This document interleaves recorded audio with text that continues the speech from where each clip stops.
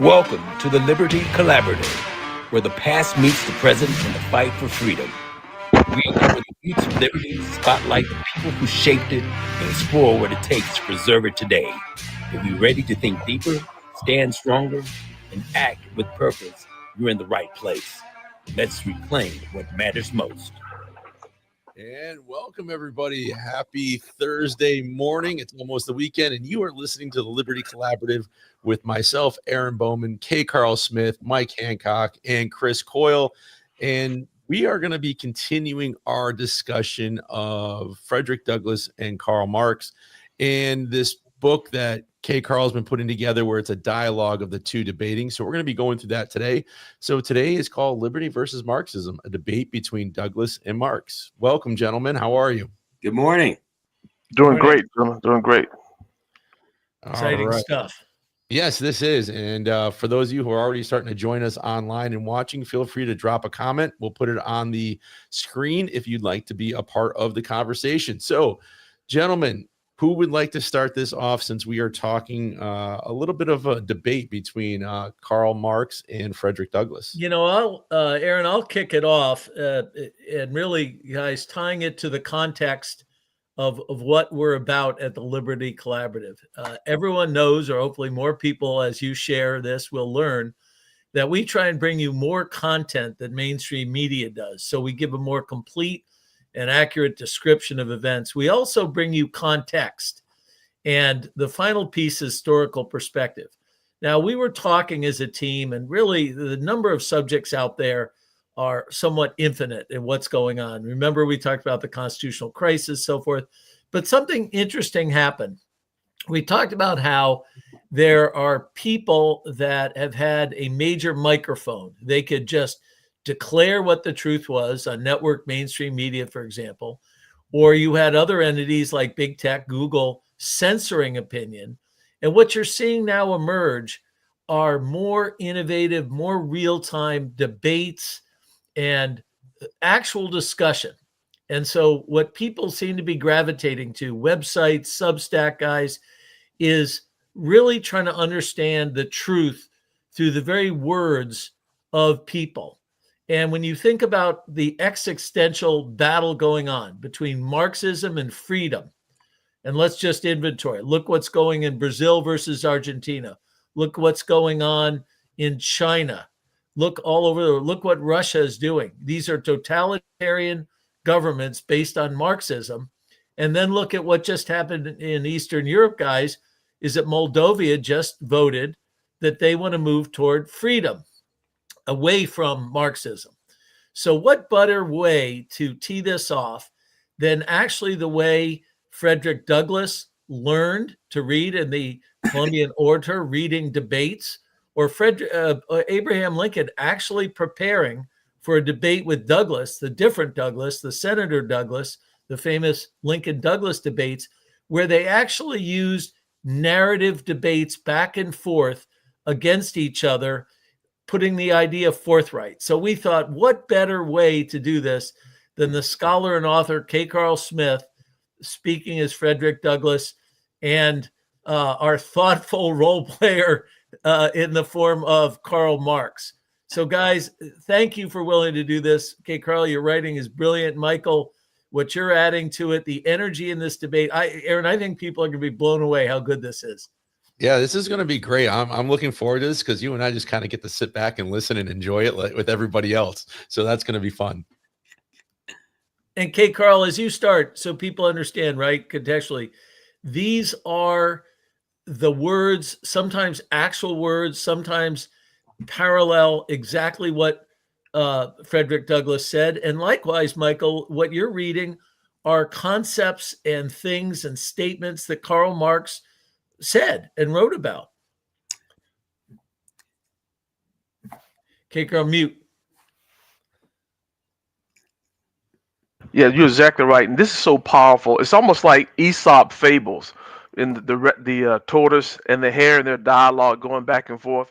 So we're doing the same thing with Karl Marx and Frederick Douglass. And I'm telling you, it's powerful because Douglass puts Karl Marx in check. And if you get a copy of the book, There's like 29 different dialogues that take place.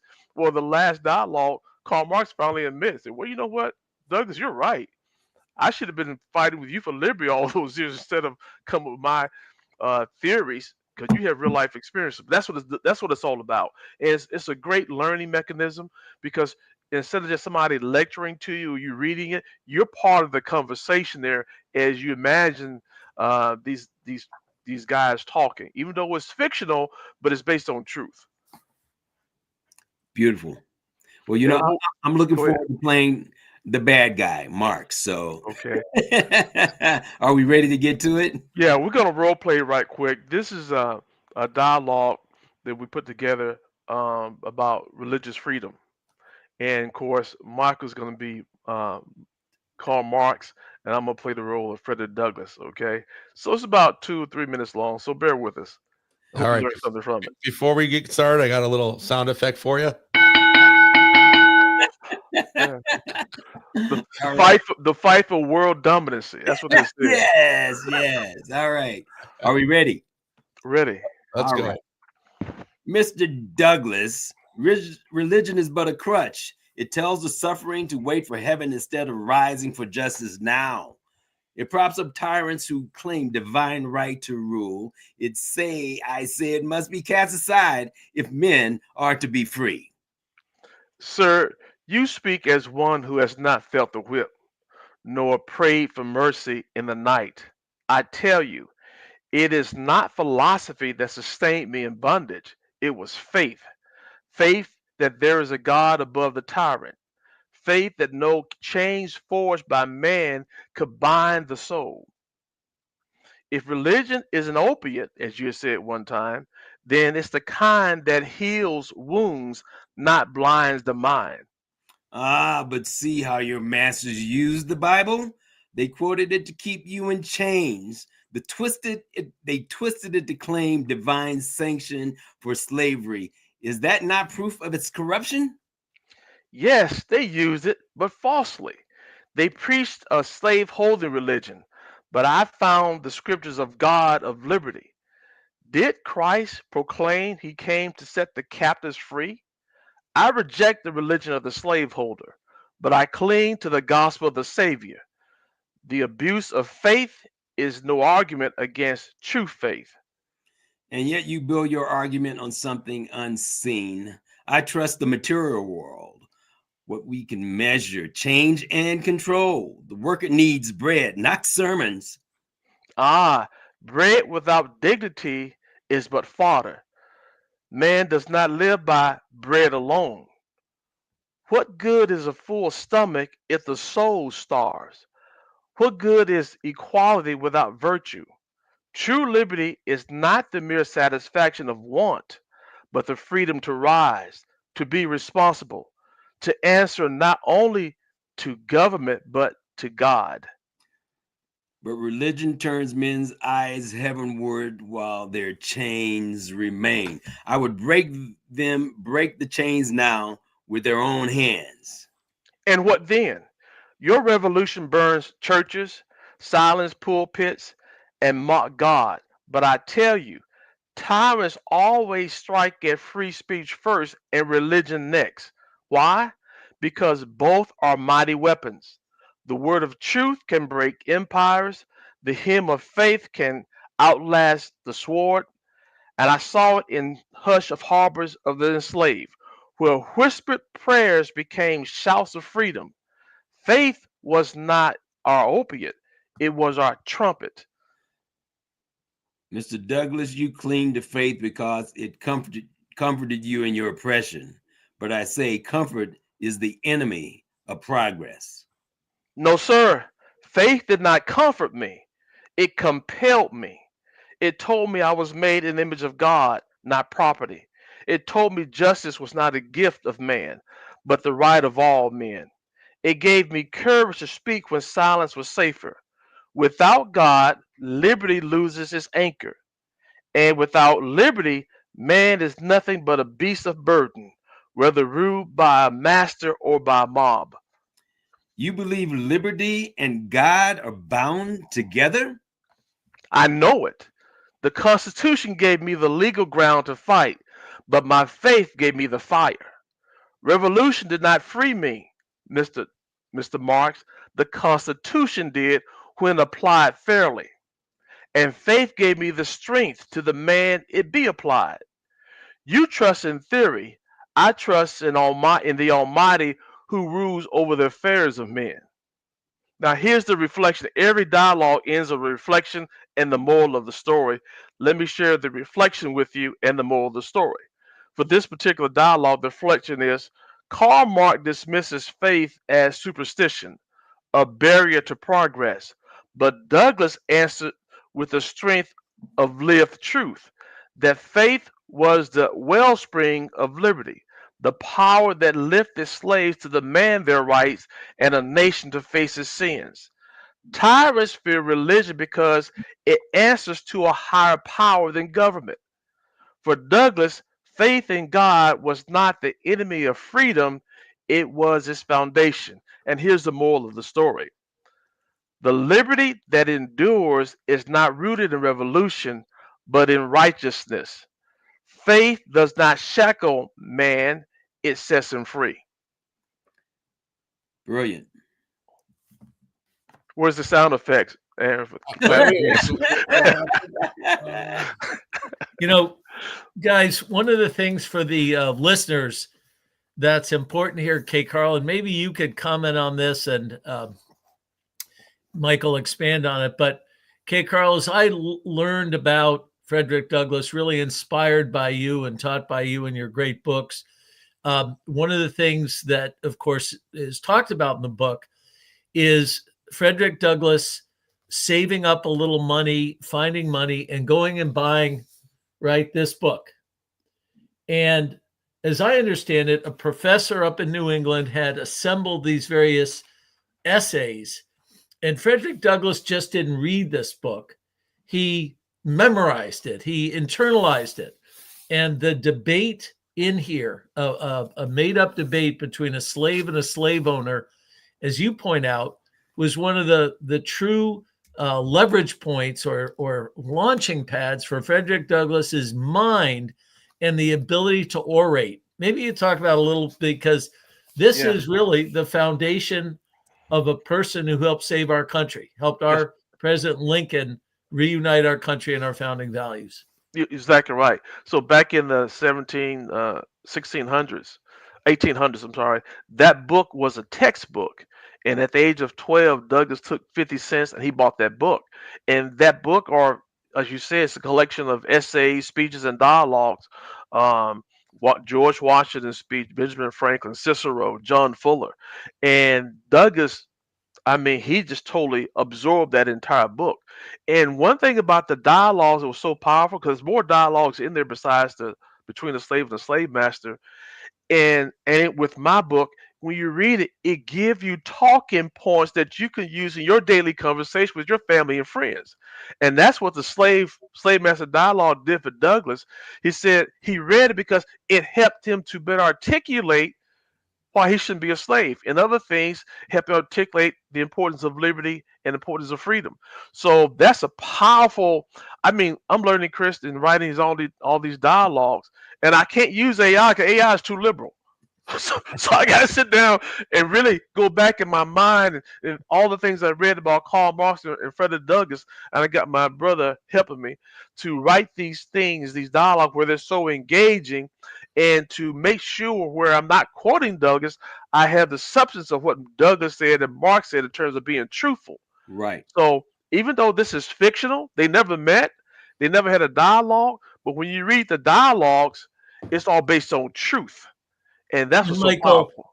Okay, Karl, to that point, the power comes through the words. And for people that are studying Frederick Douglass, he had his autobiography. And right, K. Karl, around the same time, there was a biography sort of talking about his life, filling in sort of blanks. Well, what you get from that is the joy and the energy and the power he felt when he had his hands on this book. Because when he heard the Alds having a conversation and Mr. Auld scolding Mrs. Auld that she should not teach him to read or write, because when they did, they would realize they were being enslaved. And right there, Frederick Douglass said, those are the bonds of my slavery.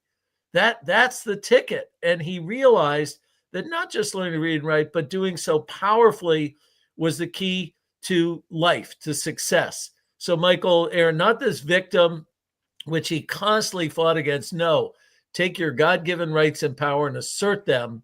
And that book and this particular speech, you could almost hear it in his later speeches, K. Karl. So, Michael, you always talk to people about do a little bit of history. You don't have to go to PhD. Just pick up a couple books and read them. Yeah, because that's the truth. Absolutely. You know, that's one of the big things for me as I, think back on my life. And as a kid in high school, I only started to get in history at the very end of my very senior year when I did a report on the Bolshevik Revolution.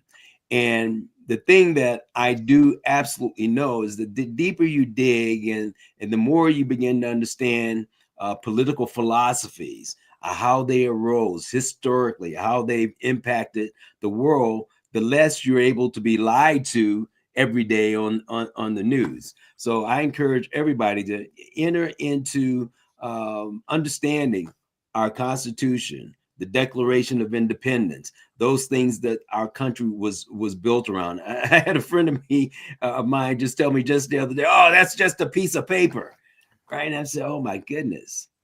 He needs to get a copy of my book that's coming out with that, Mike. I'm gonna buy it for him. I want to share with the audience here. So there's total 29 as of right now. It's probably gonna be 29 different dialogues in the book. I'm gonna share what the 10 of them are. I'm not gonna go through all 29, but to whet your appetite, here's 10 of them. The subjects: liberty versus tyranny. Douglas talked about God-given rights, and Marx talks about state control. The 3/5 clause. So Douglas and Karl Marx are arguing the 3/5 clause because a lot of people on the left, and they teach today that the 3/5 clause means that blacks are 3/5 of a human being. Well, Douglas puts them in check. Okay. Here's another one: personal responsibility, legal immigration, parental school choice. Douglas wrote about school choice back in the day, so there's a dialogue on that. I also threw one in talking about DEI. Karl Marx and Douglas talk about DEI in the book. And let me give you two more. The right to keep and bear arms is a dialogue they're going to have that they have in the book, and another one is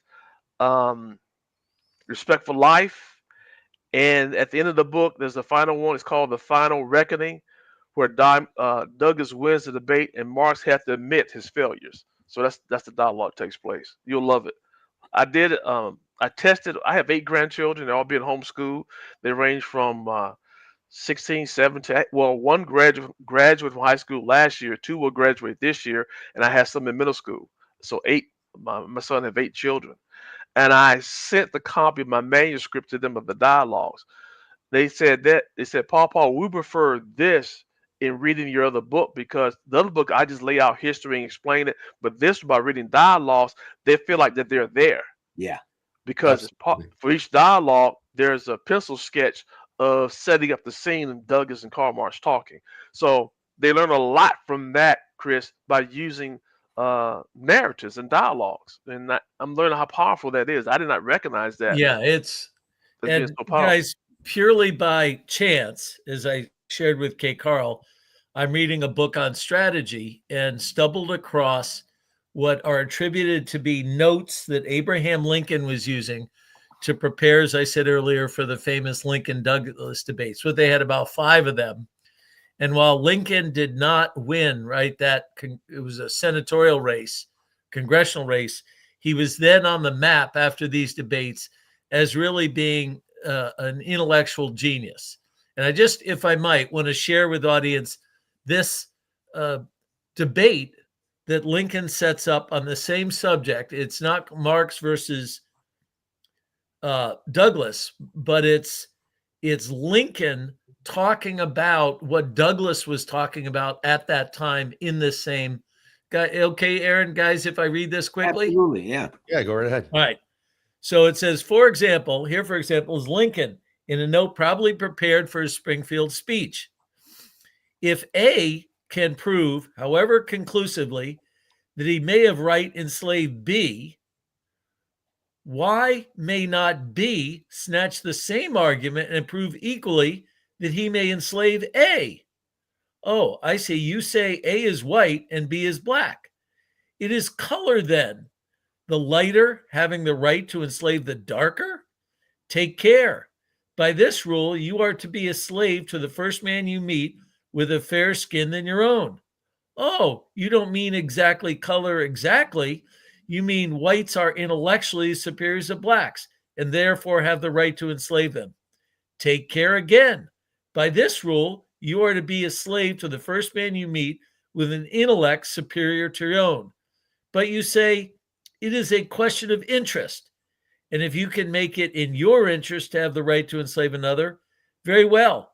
If you can make it in his interest, he has the right to enslave you. Then, in that speech, Lincoln quoted the Declaration of Independence, all men are created equal. Did Judge Douglass consider slaves to be men? And if not, what were they? Certainly not hogs who had 3/5 representation in the National Congress. But if slaves were men, didn't popular sovereignty guarantee them the right to self-determination? And how could any man choose to be a slave? Men fled from slavery to freedom, not the other way around.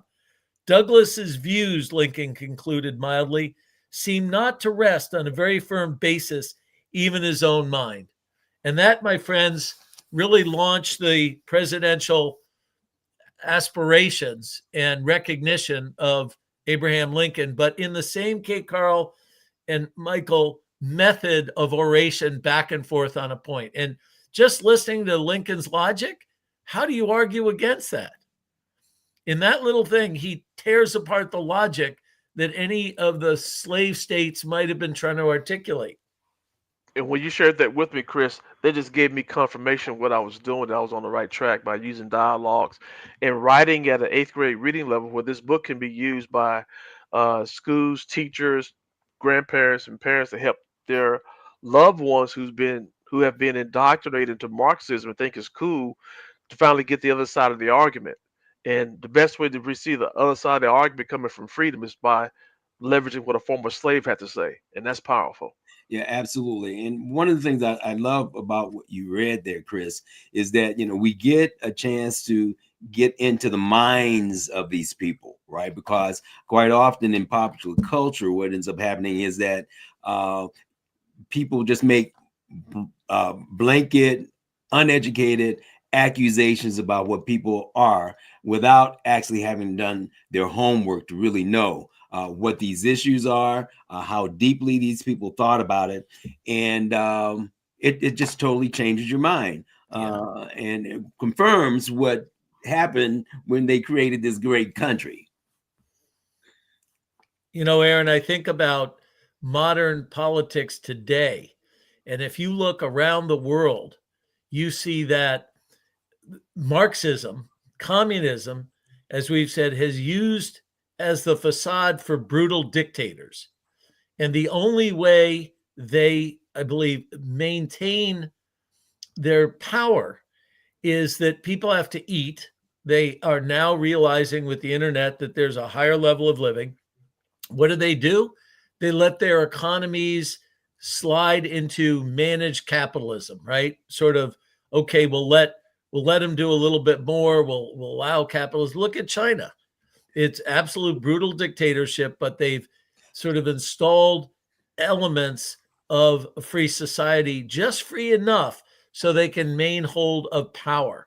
And look at Argentina and Brazil, right? Where you have these incredibly blessed countries with natural resources and so forth, had GDPs that were amazing. And under Marxism, communism, they've gone to the bottom. The standard of living is terrible. So anywhere around the world, Aaron, Marxism has not only not worked, it's the tool of tyrants, whereas freedom is always worked. Yeah, absolutely, Chris. One of the things that I studied was how many people has communism actually killed over the years. That's one of the big things that you see, is that if you take a look in whether it's Russia or China or wherever, you'll see that it actually kills the population, right? It actually eliminates people's ability to think freely, to present arguments that might awaken people to the value of freedom. So on the low side, I think the estimate is that communism has killed 40 to 50 million people, and on the high side, well over 100 million.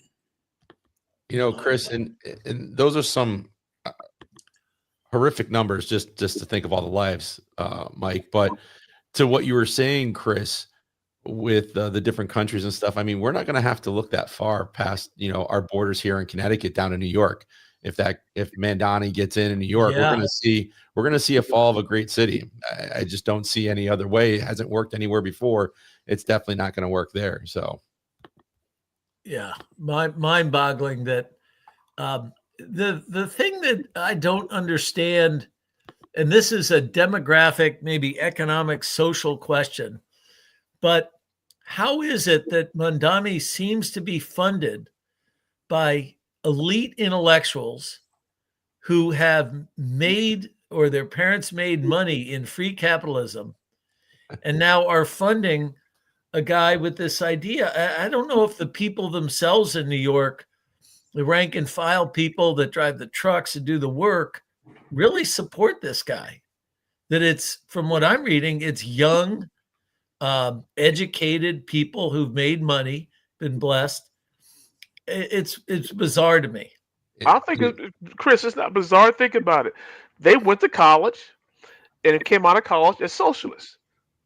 So, so now they've been indoctrinated to socialism. Guess what? They're voting that way, and because they never heard the counter argument to socialism while they were in college. Yeah, we got to give it to them. That's what this show is all about. You know, this guy Mondami, guys, went to Bowdoin College. Now, Bowdoin is up in Maine.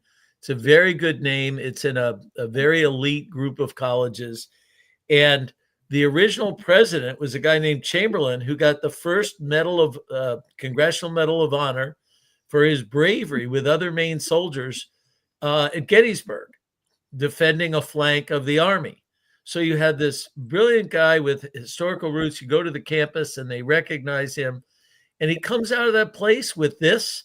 If I were Bowdoin, man, I'd be worried. This is one of your graduates who apparently only learned half the story. Don't you think, Chris, the people at Bowdoin now are socialists themselves? Those the generation that took over the school now. Yeah. Well, guys, that's what I see is happening. Okay, Karl, just all of us, to broaden the subject as we wrap this up. You notice how at first, whether it was tariffs, and then ultimately people said it's not tariffs, it's trade fairness. Mm-hmm. Remember at first the screams when the Trump administration went after these colleges, and one by one, University of Pennsylvania apologized, right? Well, the holdout was Harvard. You know, oh no, you're attacking us, we freedom. Well, I just read that Harvard's negotiating a settlement, which includes putting hundreds of millions of dollars into education for workers, for trade schools. So Trump is taking this money and redirecting it.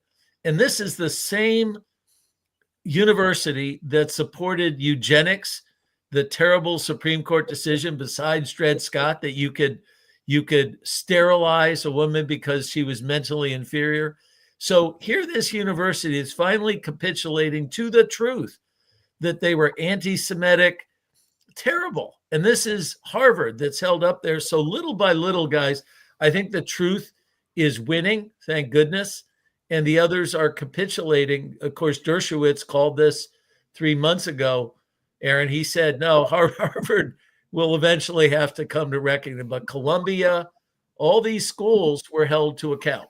So do you think the trade school that Harvard's going to have, do you think those plumbers and electricians and carpenters are going to get paid more? I mean, I think it's pretty cool. We definitely need more trade, and it's good to see that's how the money's being utilized. I'm a Harvard plumber. Yeah. Wait. It's interesting now. They're gonna start these trade schools. Trade schools. You Yeah. know why? Because Yeah. AI is taking away the thinking jobs. Yeah. So they gotta go to trade, right? Yeah. If you have a thinking job where you gotta think, you better go get you a trade. Yeah. Yeah. Yeah. Absolutely. And Yeah. real quick, we've got a bunch of people online watching. If anybody wants to leave a comment on X or be a part of the conversation, you can there, or on YouTube, and it will pop right up on the screen. We'd like to definitely have your questions or comments for sure before we wrap up here this evening. Or And this Aaron, morning. can I just real quickly just go back to one thing just was said a second ago? And we bring this up from time to time on this show. But folks, there's a reason it's called artificial intelligence. Artificial. And you go, particularly, I picked on Perplexity, which is a great platform. It's very bright, gives you footnotes. But as soon as you ask, hey, Carl, you're doing it, a question that has any shade of politics, just go read the footnotes and look at how narrow the sourcing is. Now, in the modern normal world, scholarly world, Michael, if someone were to present a paper and the professor said, Mr. Coyle, you seem to kind of have a bias on these footnotes are all from these publications that are clearly biased. How can you assert that this platform that people spend, I don't know, hundreds of $1 million building, it's used all over the world, is bias in plain sight? But people have to remember the word artificial, and it's artificial because it is, and it's in many cases absolutely biased beyond belief. Of course, you guys remember the Chat GPT. 100%, Chris. Yeah. So I was doing some research here. So I went to Perplexity, I went to Chat GPT, and I said, okay, 3/5 clause. What did Karl Marx say about the 3/5 clause? What did Douglas say about it? And I came back and said, that's not what Douglas said. That's a lie. So I had to talk to him, like I had to cuss GPT out, man, like he was right in front of me. I said, stop telling this lie. Yeah. Frederick Douglass did not think that the 3/5 clause was about blacks being 3/5 human being. Go back to 1860. I said, you should know all this, doggone it. Why I gotta tell you this? Did it capitulate? Then it go right back to it. Yeah. And when it is wrong, you guys, when you ask a question, the answer to which you realize will be supporting, we'll call it a more conservative position, or perhaps one that the Trump administration has actually asserted and been successful at. What you see, and I'll pick on Perplexity again, is they shade things. And, guys, it's one of my favorite, the conflation argument or the argument of equivalency. And they'll say, well, there are people that say this, but others say that, as if they're equivalent, and they aren't. So Perplexity, even when the facts are clear, suddenly wants to shade it as if it's really not so much true. Exactly right. ChatGPT finally admitted and told me that reason why it keeps going back to saying Frederick Douglass thought the 3/5 clause was about blacks 3/5 of human being is based upon the common way thinking of liberal academics. I said, using that as your source? Yes. Yes. Yeah. So I can't rely on ChatGPT, and I'm old school. Like you said, I'm not worried about artificial intelligence. I'm using supernatural intelligence. There you go. All right. What a way to finish. I rely on God, man, not on the liberals in artificial intelligence. Yep. Thank you. Yeah, What a fun show. It was a really good show, gentlemen. I'm glad we do this every Thursday starting around 10:30. Yeah, we had a lot more followers today watching, and people, hopefully they start engaging, asking us questions. I think when the audience starts to get involved, it makes it even more of an exciting show. So hopefully those of you who are still on here, we're about to finish up. You come up with some questions for next week and be part of the conversation. That's how we grow this thing and we get the message out there to everybody. And we're on Substack from time to time, right? We are. And I got to upload a whole bunch of episodes to Spotify because I kind of forgot to do that. So I'll get those up there. So they'll be in any of your 2.0 podcasting apps or your Alexa if you have one. But anything else, gentlemen, before we wrap up here? I just got a text from a friend of mine who's watching. He said, drop a link to the website if you could in there, Aaron. I will do that when it posts online. I will put a link to the website so they can go and order your book because, hey, the Christmas holiday is right around the corner. And what better gift to give than the gift of liberty, right? So, well, sorry for this cheap commercial plug, but everyone listening has to understand there's never been a book or a scholar that has compared these two people and these two theories till K. Karl. It's really groundbreaking. It couldn't come at a better time. But K. Karl, hats off to you, man. This is such an important conversation. Absolutely. And thought process for people to really grasp. This comes down to the separation of the world. You've got the dictators under communism, Karl Marx, and you have free societies really espoused by Frederick Douglass and created by our founders. Well, I appreciate that. I couldn't do it by myself because you all have been great sounding boards for me. So I appreciate that as well. Absolutely. All right, everybody. Well, thank you for staying with us in this half hour-ish time frame this Thursday morning, October 2nd already. So thank you. We will see you next week, and have a great week. Thanks for joining us on the Liberty Collaborative. If today's episode lit a fire or gave you clarity, share it and be part of the movement. Subscribe, leave a review, and keep the conversation going. Until next time, stand firm, stay free.